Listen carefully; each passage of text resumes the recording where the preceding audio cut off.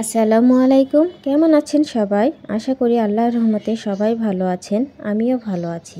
আজকে আমি আপনাদের জন্য নিয়ে এসেছি চাপা শুটকির ভর্তা। ভর্তা খেতে পছন্দ করে না এমন কাউকে হয়তো খুঁজেই পাওয়া যাবে না। গরম গরম ভাতের সাথে চাপা শুটকির ভর্তা খেতে দারুণ মজার লাগে। তা আমি এইখানে 4টা চাপা শুটকি নিয়ে নিয়েছি। এগুলোকে আমি এখন গরম পানি দিয়ে পরিষ্কার করে নিব। তারপর আমি এখানে পেঁয়াজ, রসুন আর শুকনো মরিচগুলোকে ভেজে নিব। আপনাদেরকে দেখিয়ে দিচ্ছি। প্রথমে আমি শুকনো মরিচগুলোকে চুলায় কড়াই বসিয়ে দিয়েছি, সেখানে আমি দিয়ে দিচ্ছি। আর সামান্য কিছু তেল দিয়ে হালকা নিম্ন জালে আমি মরিচগুলোকে ভেজে নিব। তো মরিচগুলো ভেজে নেওয়া হয়ে গেলে ওই তেলের ভিতরে আমি রসুনগুলো দিয়ে দিচ্ছি। এখানে হাফ কাপ পরিমাণ রসুন আছে। রসুনগুলোকে একটু ভেজে নেওয়ার পর আমি হাফ কাপ পরিমাণ পেঁয়াজ কুচি দিয়ে দিলাম। পেঁয়াজগুলোকে দিয়ে আমি ভেজে নিব। বেশি ব্রাউন কালার করে ভাজবো না, হালকা করে ভাজবো। এই যে এরকম ভেজে নিয়েছি। এখন আমার পেঁয়াজ আর রসুনগুলো ভেজে নেওয়া হয়ে গিয়েছে, উঠিয়ে নিচ্ছি।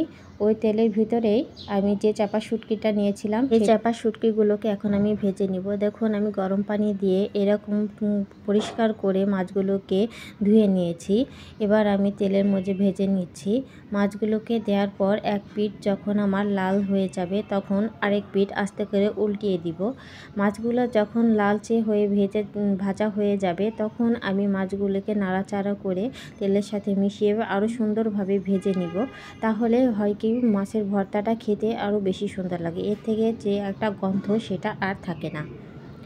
তো মাছগুলো আমার দেখুন সুন্দর এরকমভাবে ভেজে নিয়েছি। এবার উঠিয়ে নিচ্ছি। আপনারাও এরকমভাবে ভেজে নেবেন, তাহলে ভর্তাটা খেতে বেশি মজার হবে। তো আমি শিলপাটা নিয়ে নিয়েছি। এখানে আমি ভর্তাটা শিলপাটাই করে নিব। আপনারা ব্লেন্ডারও করে নিতে পারেন। শিলপাটায় ভর্তা করলে হয় কি ভর্তাটা খেতে আরও বেশি মজার হয়। তো আমি শুকনো মরিচগুলোকে একবার বেটে নিয়েছি। তারপর আবার ওই মরিচের ভিতরে রসুন, পেঁয়াজ আর চাপা শুটকি দিয়ে একসাথে করে সুন্দর করে আমি বেটে নিচ্ছি। দেখুন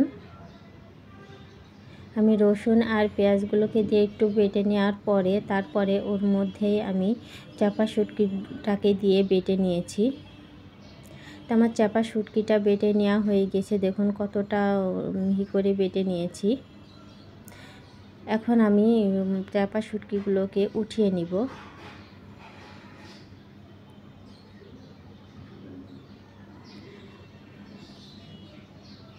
তো আমার এই চাপা শুটকির ভর্তা রেসিপিটি কেমন লাগলো আপনারা জানাবেন। আপনাদেরকে এখন উঠিয়ে পরিবেশন করে দেখাচ্ছি।